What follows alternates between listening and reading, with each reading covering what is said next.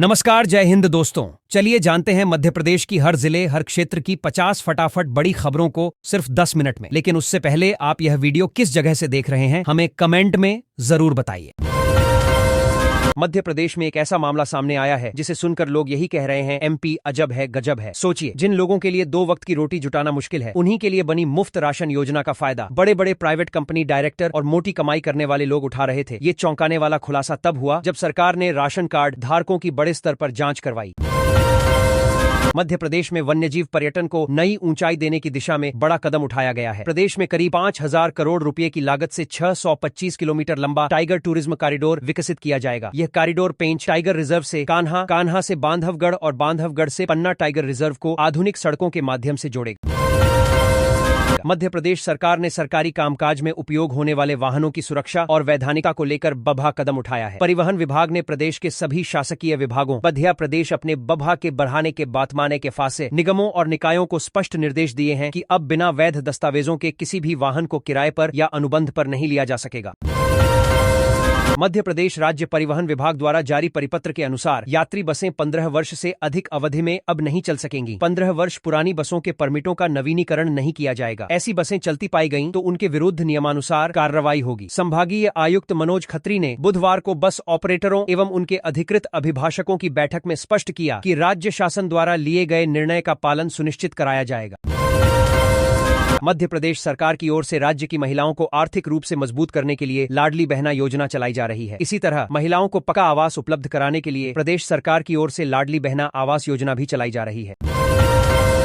मध्य प्रदेश उच्च न्यायालय में बुधवार को हुई सुनवाई के बाद पुरुष उम्मीदवारों की याचिका का निराकरण हो गया है। इस मामले में पहले 100% पद महिलाओं को आरक्षित कर दिए गए थे, अब यह शर्त हटाई गई है। मुख्यमंत्री डॉ मोहन यादव ने मध्य प्रदेश में एक नए नवाचार करते हुए मंगलवार को मंत्री परिषद की बैठक में मंत्री परिषद के सभी सदस्यों को टैबलेट वितरण किया। इस दौरान ई कैबिनेट एप्लीकेशन के संबंध में महत्वपूर्ण प्रेजेंटेशन भी हुआ। बैठक में ई कैबिनेट एप्लीकेशन हुआ। ई कैबिनेट एप्लीकेशन के संबंध में एप्लीकेशन के पूरे संदर्भ आसान ही है। मुख्यमंत्री ने बताया कि मंत्री परिषद से संबंधित संपूर्ण जानकारी उपलब्ध करवाई जाएगी। ताजा अपडेट के अनुसार केंद्र सरकार ने नवंबर 2025 में पीएम किसान की 21वीं किस्त जारी कर दी थी। आमतौर पर केंद्र की किस्त के कुछ हफ्तों बाद राज्य सरकार अपनी राशि जारी करती है। अनुमान लगाया जा रहा है कि जनवरी 2026 के दूसरे सप्ताह में मुख्यमंत्री 14वीं किस्त के पैसे सीधे किसानों के बैंक खातों में ट्रांसफर कर सकते हैं। हालांकि अभी आधिकारिक तारीख का ऐलान होना बाकी है। मध्य प्रदेश में बिजली व्यवस्था को दुरुस्त करने और बकाया वसूली को तेज करने के लिए सरकार ने अब सख्त रुख अपना लिया है। समाधान योजना के क्रियान्वयन में लापरवाही बरतने वाले अधिकारियों पर अब केवल ट्रांसफर नहीं बल्कि डिमोशन जैसी कठोर कार्रवाई की जाएगी। यह चेतावनी ऊर्जा मंत्री प्रद्युम्न सिंह तोमर ने समाधान योजना की प्रगति की ऑनलाइन समीक्षा बैठक के दौरान दी। मध्य प्रदेश की मोहन यादव सरकार ने बुरहानपुर जिले में 2 महत्वपूर्ण सिंचाई परियोजनाओं को प्रशासकीय स्वीकृति दी है। इन परियोजनाओं के माध्यम से लगभग 51,000 हेक्टेयर भूमि में सिंचाई की सुविधा उपलब्ध होगी। मध्य प्रदेश में अब शहरों में चलने वाली सिटी बसें उपनगरीय आसपास के इलाकों तक भी जा सकेंगी। सरकार ने इसके लिए कानून में बदलाव को मंजूरी दे दी है। मंत्रालय में मंगलवार को हुई कैबिनेट बैठक में मध्य प्रदेश मोटरयान कराधान अधिनियम 1991 में संशोधन का निर्णय लिया गया। मध्य प्रदेश राज्य सहकारी बैंक की इस भर्ती में कुल 1,763 पदों पर सीधी नियुक्ति की जाएगी। इनमें कंप्यूटर ऑपरेटर के 748 पद, कंप्यूटर ऑपरेटर संविदा के 176 पद और सोसाइटी मैनेजर के 839 पद शामिल हैं। इसके अलावा अधिकारी श्रेणी के विभिन्न पद भी इस भर्ती प्रक्रिया में शामिल किए गए हैं। वर्ल्ड चैंपियन क्रांति गौड़ के कारण उनके पिता मुन्ना सिंह की पुलिस की नौकरी को बहाल कर दिया गया है। मध्य प्रदेश के मुख्यमंत्री मोहन यादव ने वर्ल्ड कप जीतकर आई क्रांति से वादा किया था कि उनके पिता की नौकरी को बहाल किया जाएगा और ऐसा ही हुआ।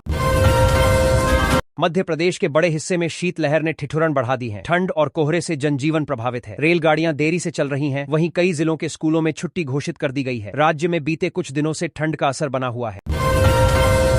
प्रधानमंत्री स्वनिधि योजना के तहत मध्य प्रदेश सरकार ने रेहड़ी पटरी वालों को बड़ी राहत देने का फैसला किया है। इस फैसले से राज्य के लाखों स्ट्रीट वेंडर्स को सीधा लाभ मिलेगा। पीएम स्वनिधि योजना के अंतर्गत दिए जाने वाले लोन पर अधिकतम 14% ब्याज ही लगेगा। इसके साथ ही जिन लाभार्थियों से पहले ही ब्याज काटकर लोन दिया गया था उन्हें वह राशि वापस लौटाई जाएगी।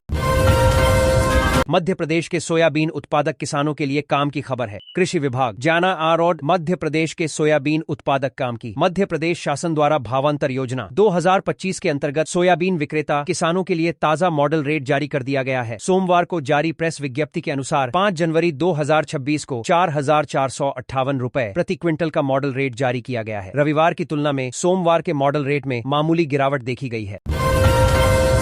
मुख्यमंत्री युवा उद्यमी योजना के तहत दिए गए बैंक लोन में बड़ा फर्जीवाड़ा सामने आया है। ईओडब्ल्यू ने मंडीदीप स्थित सेंट्रल बैंक शाखा से जुड़े 72 लाख रुपए के लोन घोटाले में लाभार्थी, निजी कंपनी और बैंक अधिकारियों पर केस दर्ज किया है। 21 सूत्री मांगों को लेकर शिक्षक संघ ने भोपाल में जोरदार और कड़ा प्रदर्शन किया। शिक्षकों ने वेतन विसंगति, पदोन्नति, पुरानी पेंशन, भर्ती और सेवा शर्तों में सुधार जैसी मांगों को लेकर सरकार पर अनदेखी का आरोप लगाया। संघ ने चेतावनी दी कि मांगे नहीं मानी गईं तो आंदोलन को और तेज किया जाएगा। कतर में नौसेना के पूर्व कमांडर पूर्णेंदु तिवारी को एक बार फिर गिरफ्तार कर जेल भेज दिया गया है, जिसके बाद उनके परिवार ने पीएम मोदी और विदेश मंत्री एस जयशंकर से मदद की गुहार लगाई है। भारतीय cricket control board BCCI New Zealand के खिलाफ वनडे सीरीज के लिए शनिवार को टीम का ऐलान कर सकता है। आइए जानते हैं इस सीरीज के लिए किन खिलाड़ियों को मौका मिल सकता है। मध्य प्रदेश में सरकारी नौकरी के लिए अधिकतम 2 बच्चों की शर्त हटाई जाएगी। इसके लिए प्रस्ताव जल्द ही अंतिम निर्णय के लिए कैबिनेट के समक्ष रखा जाएगा। सामान्य प्रशासन विभाग ने विधि विभाग से परामर्श के बाद नियम में संशोधन का प्रस्ताव तैयार कर लिया है। मध्य प्रदेश में एक ऐसा मामला सामने आया है जिसे सुनकर लोग यही कह रहे हैं, एमपी अजब है, गजब है। सोचिए, जिन लोगों के लिए 2 वक्त की रोटी जुटाना मुश्किल है, उन्हीं के लिए बनी मुफ्त राशन योजना का फायदा बड़े बड़े प्राइवेट कंपनी डायरेक्टर और मोटी कमाई करने वाले लोग उठा रहे थे। ये चौंकाने वाला खुलासा तब हुआ जब सरकार ने राशन कार्ड धारकों की बड़े स्तर पर जांच करवाई। मध्य प्रदेश में वन्यजीव पर्यटन को नई ऊंचाई देने की दिशा में बड़ा कदम उठाया गया है। प्रदेश में करीब 5,000 करोड़ रुपए की लागत से 625 किलोमीटर लंबा टाइगर टूरिज्म कॉरिडोर विकसित किया जाएगा। यह कॉरिडोर पेंच टाइगर रिजर्व से कान्हा, कान्हा से बांधवगढ़ और बांधवगढ़ से पन्ना टाइगर रिजर्व को आधुनिक सड़कों के माध्यम से जोड़ेगा। मध्य प्रदेश सरकार ने सरकारी कामकाज में उपयोग होने वाले वाहनों की सुरक्षा और वैधानिकता को लेकर बभा कदम उठाया है। परिवहन विभाग ने प्रदेश के सभी शासकीय विभागों मध्य प्रदेश अपने बभा के बढ़ाने के बातमाने के फासे निगमों और निकायों को स्पष्ट निर्देश दिए हैं कि अब बिना वैध दस्तावेजों के किसी भी वाहन को किराए पर या अनुबंध पर नहीं लिया जा सकेगा। मध्य प्रदेश राज्य परिवहन विभाग द्वारा जारी परिपत्र के अनुसार यात्री बसें 15 वर्ष से अधिक अवधि में अब नहीं चल सकेंगी। 15 वर्ष पुरानी बसों के परमिटों का नवीनीकरण नहीं किया जाएगा। ऐसी बसें चलती पाई गईं तो उनके विरुद्ध नियमानुसार कार्रवाई होगी। संभागीय आयुक्त मनोज खत्री ने बुधवार को बस ऑपरेटरों एवं उनके अधिकृत अभिभाषकों की बैठक में स्पष्ट किया कि राज्य शासन द्वारा लिए गए निर्णय का पालन सुनिश्चित कराया जाएगा। मध्य प्रदेश सरकार की ओर से राज्य की महिलाओं को आर्थिक रूप से मजबूत करने के लिए लाडली बहना योजना चलाई जा रही है। इसी तरह महिलाओं को पक्का आवास उपलब्ध कराने के लिए प्रदेश सरकार की ओर से लाडली बहना आवास योजना भी चलाई जा रही है। मध्य प्रदेश उच्च न्यायालय में बुधवार को हुई सुनवाई के बाद पुरुष उम्मीदवारों की याचिका का निराकरण हो गया है। इस मामले में पहले 100% पद महिलाओं को आरक्षित कर दिए गए थे, अब यह शर्त हटाई गई है।